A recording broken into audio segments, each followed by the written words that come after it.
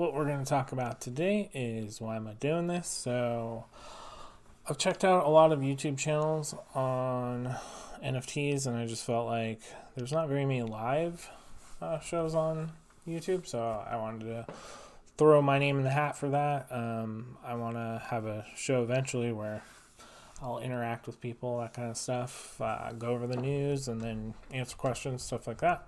Also, people in my life are curious about NFTs. Some of them know about crypto, some of them don't. So, yeah, I'm just making a channel, help everybody I can out.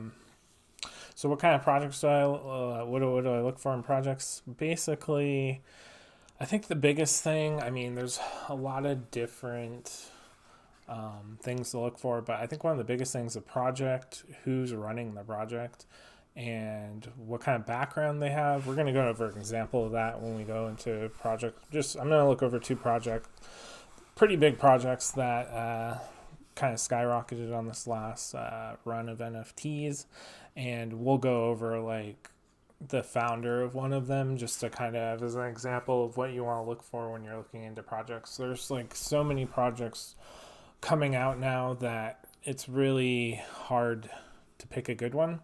So I think if they have a track record, do the founders have a track record? Do they have connections with other people in the NFT space? What's their history kind of thing? Are they, you just want to kind of get out the cash grab, stuff like that is what you're trying to do. And then the utility, before it used to just be the profile picture, just the art, what's the art look like, and everybody went off that. Now what utility is your project, what's it doing? That's actually what got me into the NFT space. Kind of my background, I've been in crypto since 2017, so I've been in for about 5 years or so, and I've only done crypto investing, and last year in October I got into NFTs, so that's kind of my background. So let's go to LooksRare, and we'll check that out. Yeah.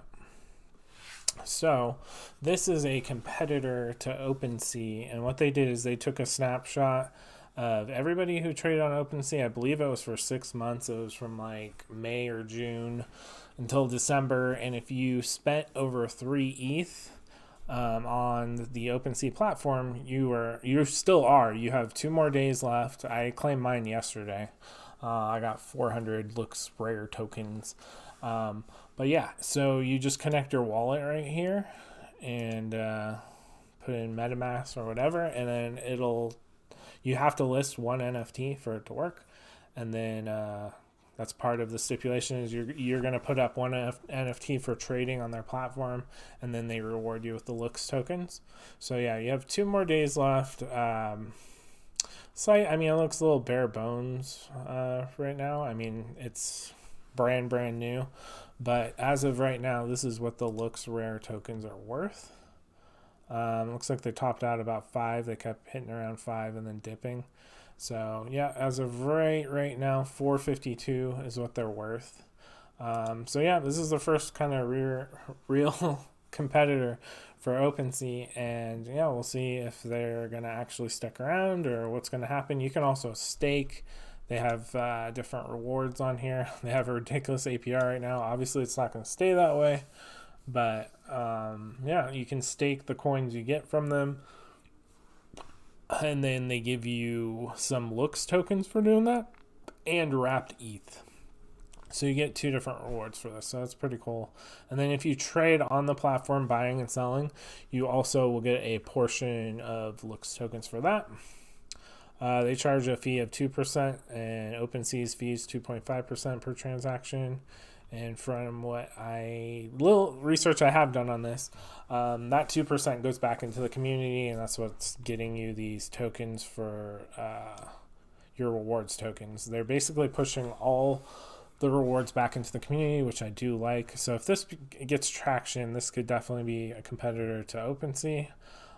So we'll see in the future. So let's see what else we got. The projects then and now. So we're just going to look at prices from around when I got into the scene and what the last run up of NFTs were, or what the prices went up from there, basically. So we'll go with Mutant Ape Yacht Club first.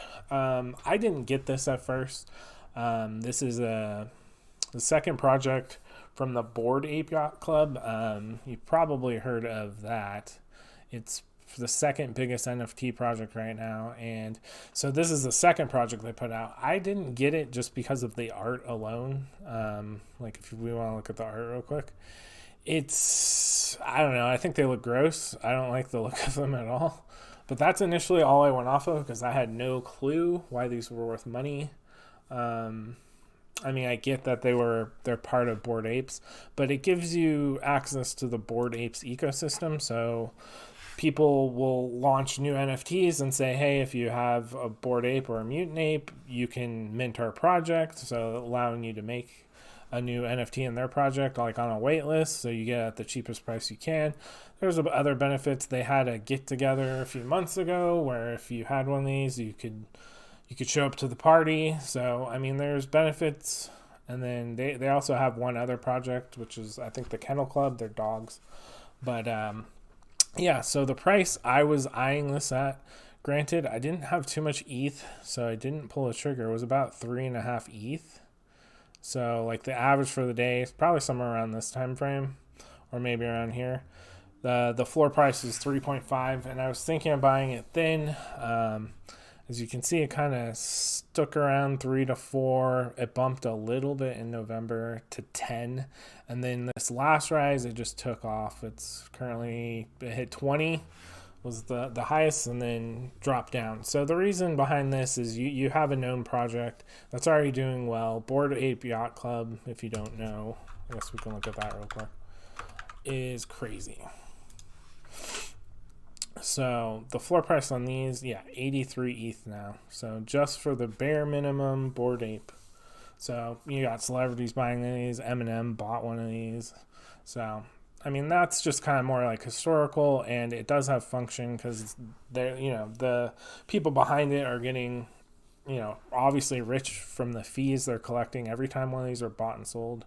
They're getting money off of it. So the other project I was going to look at is Doodles. The reason this one went up, for the thing that got me first, was the art on this. It's just like very cute art, very different art. It's just it's like a brand type play, in my opinion. Of course, it's turning into a lot more. I think they're going to do like a DAO type thing, which is basically, if you don't, they combine assets, either other NFTs or money or whatever, and then if however many NFTs you own of Doodles, you'll have a vote in the DAO to what to use the money for, to like do stuff with the project, stuff like that. That's just like the basic overview of that. But yeah, the first thing that got me in this was just the art, and then I did more research and found out the people behind it. So Evan and Poopy. Great name, right? So he's an ex-product lead from CryptoKitties. Basically, they all came from CryptoKitties, and then Burnt Toast is the main person on this. He's the artist. And then he was on CryptoKitties too. CryptoKitties is one of the first NFT projects way, way back in the day. I remember trying to get a CryptoKitty, and it was, the Ethereum network was not working right, and I didn't get one, I don't think. I might still have one. Who knows? But, yeah, that's one of the first projects. So I was going to play a video, kind of like part of the research. This is like an introduction, like who Burnt Toast is, how he comes up with art, kind of thing. So I'm Scott. I'm a graphic designer and illustrator, and I work under the alias Burnt Toast. My work's been described as playful cynicism. It's really amazing, the weight that a few lines on a piece of paper can carry. I usually have a goal in mind, but I try to stay like I said, the open artwork's to really what drew me in first.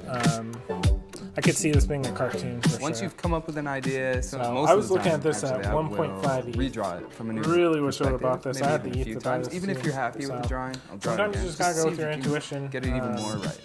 And I got then like scan one it in, blue chip fix it up in project, and Photoshop it a is bit, not doing move it as over good as to this Adobe project. Illustrator, render it digitally, and I got into color.